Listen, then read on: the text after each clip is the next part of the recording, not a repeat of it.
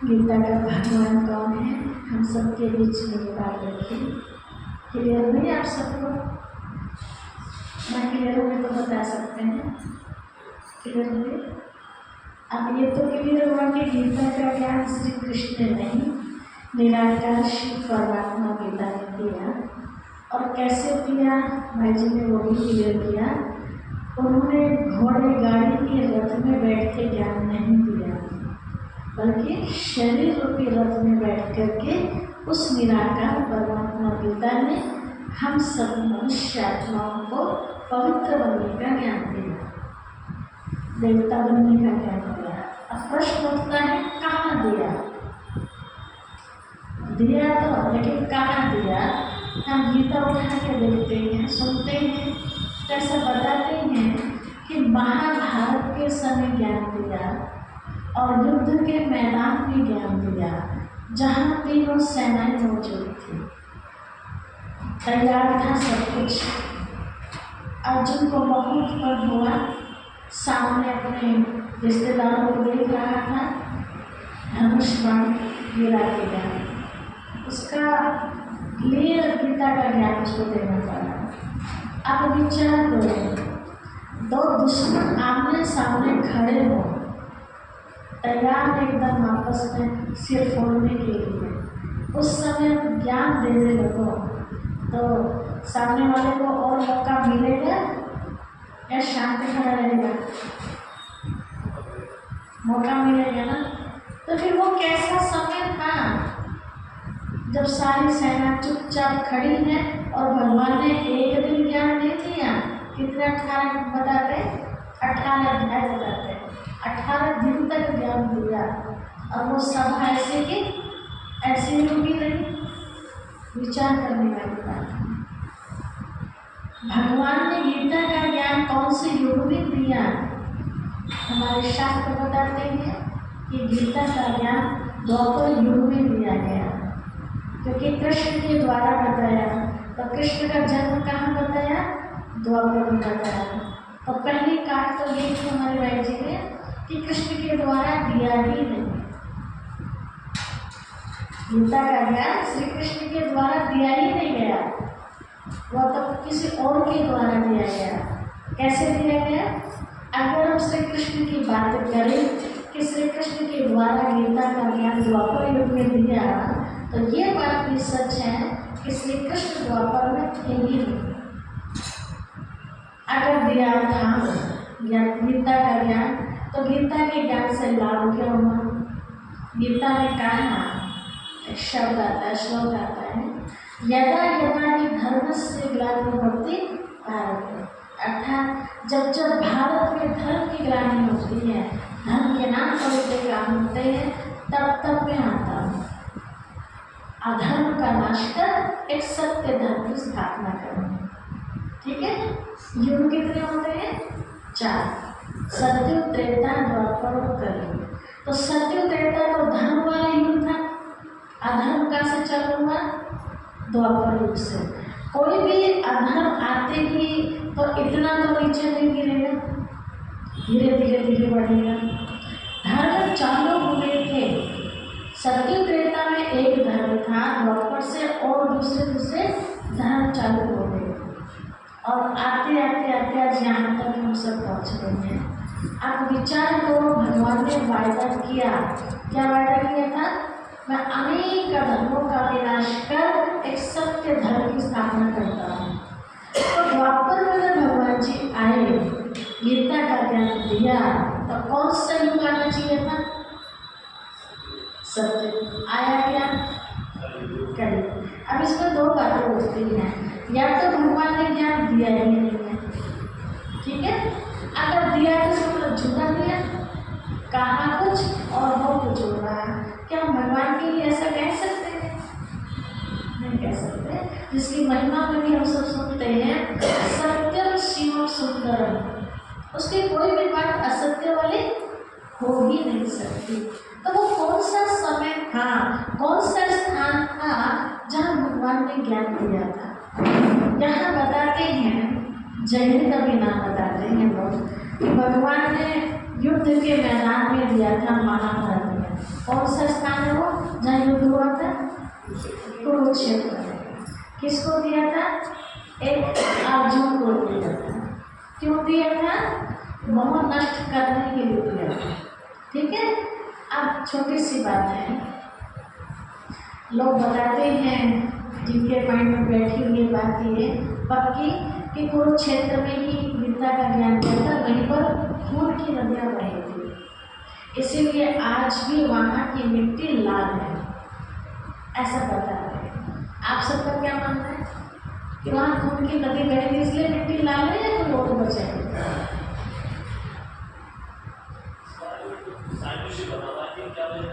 अच्छा, साइंटिस्ट बताता है। चलिए, आपकी कभी चोट लगी है उंगली में या कोई बहुत कहीं? अब वो चोट लग के गुम चोट, बाहर से ब्लड नहीं निकला लेकिन ऐसे गुम चोट लगी है, वहाँ ब्लड दिखाई देने लगा, निकला नहीं है लेकिन अंदर में दिख रहा है। और वो कुछ ठीक होने के बाद वहाँ का रंग कैसा हो जाता है? कैसा हो जाता है? काला हो जाता है। कभी मिट्टी में आपने ब्लड डालते हुए देखा होगा, किसी का एक्सीडेंट हो गया, वहाँ मिट्टी का खून पड़ा है, कुछ समय घंटों के बाद आप वहाँ देखते हैं मिट्टी कैसी हो जाती है? लाल होती है? लाल नहीं होती है, प्रैक्टिकल करके देखना चाहिए। कभी भी मिट्टी ब्लड में सनी लाल नहीं होती है। नहीं देखा? अब ध्यान देना चीज़ों पर। लाल नहीं होती, वो काली पड़ जाती है। हमारे कई बार विषांति होते हैं, काला पड़ जाता है वहाँ से हमारा। तो लाल, पीली, काली कलर की, सफ़ेद कलर की, ये सब मिट्टी के अलग अलग कलर है। यानी कैसी मिट्टी है, कहीं कैसी है कहीं कैसी है, तो वो ब्लड का कनेक्शन वहाँ कुछ नहीं है। दूसरा नाम लिया कुरुक्षेत्र मैदान। कुरु का मतलब क्या होता है? खराब। क्षेत्र का मतलब स्थान। तो जहाँ खराब कर्म होते हो, गिर में कर्म मनुष्य करता है, वहाँ के परमात्मा पिता ज्ञान देता है। तो आज पूरी पृथ्वी क्या है? पूरी पृथ्वी क्या? कुरुक्षेत्र तो है, वो कर्म ही तो कर रहे हैं सब। वहाँ दिखाया 3 सेनाएं मौजूद थी, यादव, कौरव और पांडव, जब भगवान ने गीता का ज्ञान दिया था। तो यहाँ वर्तमान में भी हम सब देख रहे हैं कि तीनों सेनाएं मौजूद हैं। यादवों के लिए क्या कहा शास्त्रों में कि उनके पेट से मूसल निकले और उन मूसलों से उन्होंने अपने ही कुल का विनाश किया। मूसल क्या चीज़ है? देखिए, एक आमतौर पे हम भाषा बोलते हैं, किसी को कोई बात कहो कि ये बात बताना मत है, लेकिन उसकी एक आदत है, बिना बताए किसी को रह नहीं सकते। तो जो लोगों को जानते हैं तो कहते हैं इन्हें मत बताना ये बात, इसके पेट में बचने की ना ही बात। अब बताइए, बात पेट में रहती है, दिमाग में रहती है, लेकिन कहने में क्या आता है? पेट में आती है। तो जो कहा, यादवों के पेट से मूसल निकले और उससे अपने ही कुल का उन्होंने विनाश किया। तो यादव कौन है? वर्तमान समय यूरोपवासी यादव है, जो वैज्ञानिक हैं, उनके पेट से नहीं, यहाँ से दिमाग से मूसल हटा तो मिसाइल कहाँ से निकल रही है, और उन मिसाइलों से क्या हो रहा है? आपस में ही एक दूसरे का, अपने कुल का विनाश कर रहे हैं। दूसरी सेना कौन सी थी? कौरव। कौरव कौन थे? जो भगवान से विपरीत बुद्धि थे। कितनी सेना दिखाई थी? अक्षौणी सेना, गिनती से बाहर थी। आज के टाइम में अगर आप पूरे संसार में दृष्टि दौड़ा के देखिए, चले फ्लावर भी ले लीजिए, भगवान से प्रीत करने वाले लोग कितने हैं? गिनती कर सकते हैं? कर सकते हैं? नहीं कर सकते। पांडव, तीसरी सेना। पांडव कौन थे? जो भगवान से प्रीत किया करते थे। पांडव 5 दिखाया था, मुट्ठी भर। 5 का मतलब गिनती से 5 नहीं, मुट्ठी भर, थोड़े से। तो भगवान से प्रीत करने वाले आज के टाइम कितने लोग हैं? मुट्ठी भर ही तो है। मौजूद है। कौरवों में दिखाया है राज्य उस समय किसका चल रहा था? कौरवों का। वो थोड़ी सी जगह के ऊपर ही तो झगड़ा था कि पांडवों को सुई की नोक भी नहीं देने को तैयार थे। तो कौरवों का राज्य था। अब राज्य की तरफ हम नजर दौड़ाएं, वो जो समय महाभारत का था वो द्वापर में नहीं था, वर्तमान समय चल रहा है। कैसे? कौरवों का जो पिता था जिसका राज्य चल रहा था वो कौन था? धृतराष्ट्र। कैसा था? अंधा। ठीक है, धृतराष्ट्र अर्थात भ्रष्ट राज्य। आज का हमारा कानून भी कैसा है? बड़ा झूठा क्यों है? आप लोग क्या निर्णय लेंगे वहां? इसलिए आपने देखा जो बेकसूर होते हैं वो जेल में पड़े हैं और कसूर वाले बाहर सीना तान के घूम रहे हैं, है ना? कोई फायदा नहीं है कोर्ट कचहरी का आज के टाइम। तो वो राज्य चल रहा है। उस समय जो मुख्य एक्टर्स थे, अंधे के जो पुत्र थे, और मुख्य एक्टर्स का नाम क्या क्या था? जैसे कि दुर्योधन। दुर्योधन अर्थात धन का दुरुपयोग करने वाला। आज कितने हैं दुर्योधन? उस समय एक नाम था, एक व्यक्ति का दुर्योधन। आज के टाइम धरती पर कितने दुर्योधन हैं? गिनती कर सकते हैं? नहीं कर सकते। उस समय एक दुर्योधन का भाई दुशासन नाम का था, इज्जत उतारने वाला। आज के टाइम कितने दुशासन है दुनिया में? अनगिनत। उस समय एक शकुनी मामा नाम का व्यक्ति था, है ना? अपने ही बहन के घर में आग लगाने वाला, गर्भ संस्कार देने वाला। आज के टाइम कितने शकुनी है ऐसे? और पांडवों के नाम देखिए, उस समय एक एक व्यक्ति थे और आज हम गिनती नहीं कर सकते। तो कौरवों के बीच में आके पांडवों को ज्ञान दिया परमात्मा पिता ने। वो युद्ध का मैदान नहीं था जो भाई जी ने हमें बताया। आज घर घर क्या चल रहा है? युद्ध ही तो चल रहा है। माँ बेटी का, पति पत्नी का, भाई भाई का, पड़ोसी पड़ोसी का, ग्रहणी तो चल रहे हैं ना।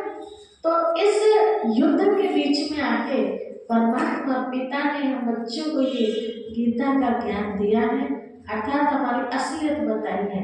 बच्चे, मैंने तुम्हें जो धरती पर भेजा था तो तुम कैसे थे? तो कैसे थे हम?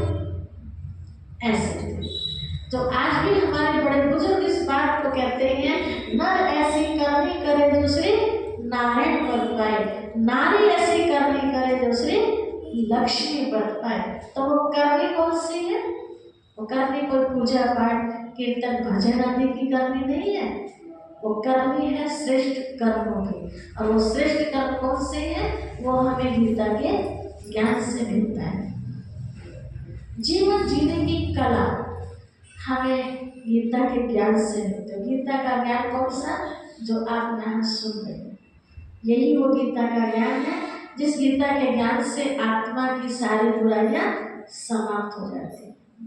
गीता में जो युद्ध दिखाया है वो भाई भाई का युद्ध नहीं था, वो धर्म और अधर्म का युद्ध था। तो धर्म मतलब अच्छाई और अधर्म मतलब बुराई। तो आज वो युद्ध बाहर से नहीं, हमारे अंदर चल रहा है। हम सबके अंदर बुराई, जो छोटी सी बात भाई जी ने बताई कि जो हम परमात्मा पिता शिव बाबा से सुनते हैं, तो शिव बाबा का डायरेक्शन है कि उसके ऊपर विचार करो, विचार सागर मंथन करो। उसका भी अर्थ बताया, विचार से उसमें से जहर निकला। तो हमारे अंदर जो विचार चलता है कोई भी बात को लेकर के, तो आपके अंदर से भी क्या निकलेगी?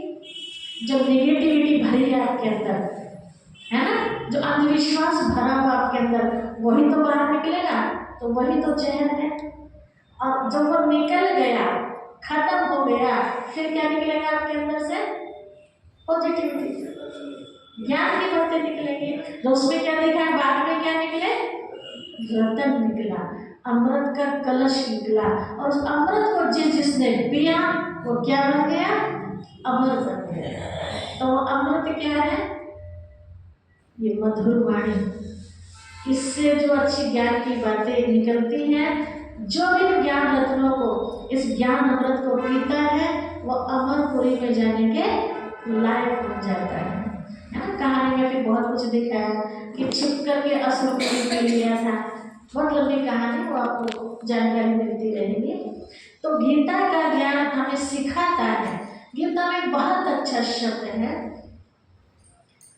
आत्मा के लिए कहा गया है कि आत्मा अपना ही शत्रु और अपना ही मित्र बनती है बात छोटी सी, लेकिन इसके पीछे राज कितना गहरा है। आत्मा अपना ही शत्रु और अपना ही मित्र कब बनती है? यहाँ पे प्रैक्टिकल हम दुनिया में देखते हैं, जब व्यक्ति बहुत बुराइयों में फंस जाता है, लोग उससे घृणा करने लगते हैं। एक दिन उसको अपने आप से भी घृणा आने लगती है, तो क्या सोचता है, अब तो बस मर जाना ही ठीक है, तो अपना ही शत्रु बन गया ना। जब हमारे अंदर बहुत सारी अच्छाइयाँ आ जाती हैं, लोग हमें प्यार करने लगते हैं, तो हमें भी अपने जीवन से उस समय कोई कहे मर जाओ,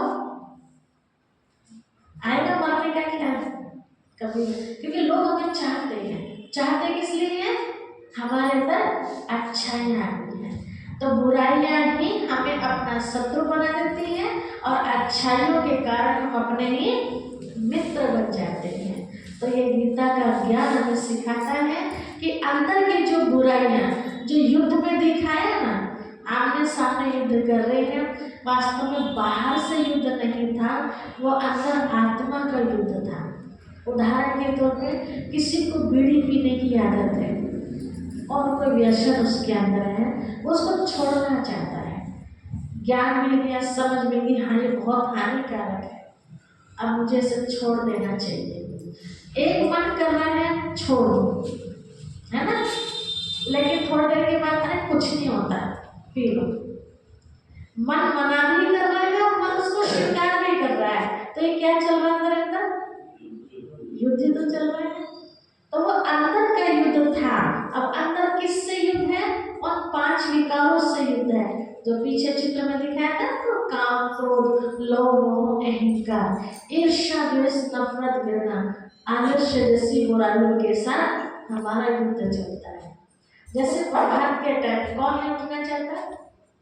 सभी उठना चाहते हैं, है ना। हमें ज्ञान है कि प्रभात में उठेंगे तो परमात्मा पिता से मिलन होगा, तो वरदान मिलेगा।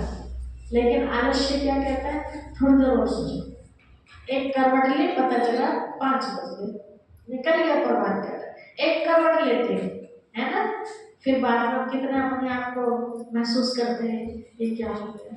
तो वो हमारी युद्ध चल रही थी, तो हम हारे या जीते? करवट ली, घंटों बीत गए, हार गए। और जीतना किसे कहेंगे? बाकी हमारे आंखों में चिड़मड़ाहट हो रही है, नींद पूरी है, लेकिन फटाक से बिस्तर छोड़ दिया, अब प्रभु से मिलन मनाने आगे, तो जीत गए। तो मन के हारे हार, मन के जीते जीत। किसके हाथ में है? हमारे अपने हाथ में। गीता का ज्ञान हमें सिखाता है कि स्वर्ग का द्वार कौन सा है और नर्क का द्वार कौन सा है। गीता में पढ़ने वाले